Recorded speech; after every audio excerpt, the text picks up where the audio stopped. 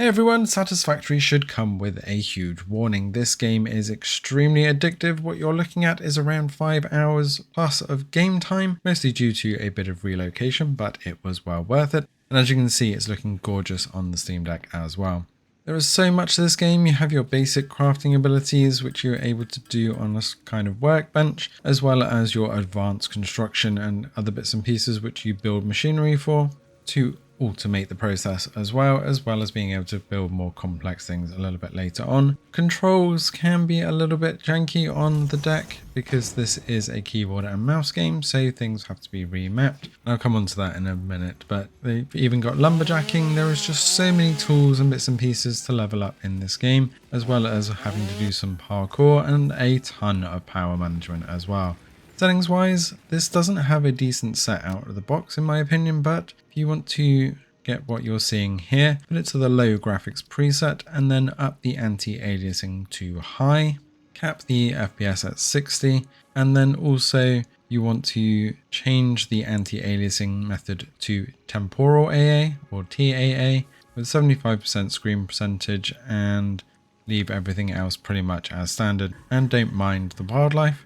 I've tried a few different controller layouts from the community, and the one that I've actually settled on, although it takes a bit of getting used to, is this Satisfactory Steam layout from John Paul. Huge thanks for this. I have tried a few of the others. I couldn't get on with the streamlined or the streamline tweaked even when I changed a few bits and pieces, but this one definitely seemed to work a little bit better, although it is still a little bit weird having the use key on the R5 button, which is why you'll see some random menus pop up occasionally as I'm still pressing X when that's moved. Looking out at what you've achieved though really does make this game really feel worth it, and obviously being able to play with friends as well certainly makes up for a lot of that. Seeing your progress as well in real time as you hit milestones, launching off the rocket to enable new abilities is extremely satisfying. Really hard not to play with names on this game, but it really is fantastic to look at. I can imagine that when you get really complex builds that you might have to then enable some of the upscaling, but for the most part you are able to push 60 frames per second with everything else going on,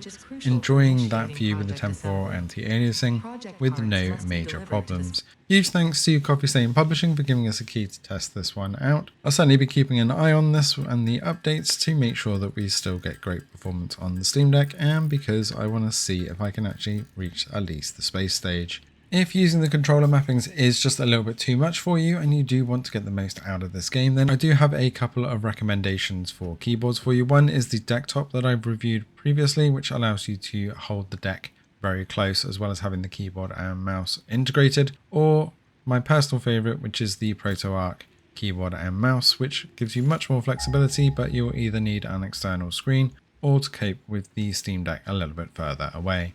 I'll leave a link to both these products in the description below, as well as the video reviews. It does push around 21 watts though a lot of the time, so if you can cope with 30 frames per second or 45, then I would cap it at that on the Steam Deck to save a bit of battery, but you are going to get that warning very quickly, so make sure you have something like the Decky Loader plugin set to give you warnings of low battery, because the last thing you want to do is lose your progress because it's just suddenly shut down on you. If you do plug it in though, just keep an eye on the time, as I lost 3 to 4 hours on this one because I was just so engrossed.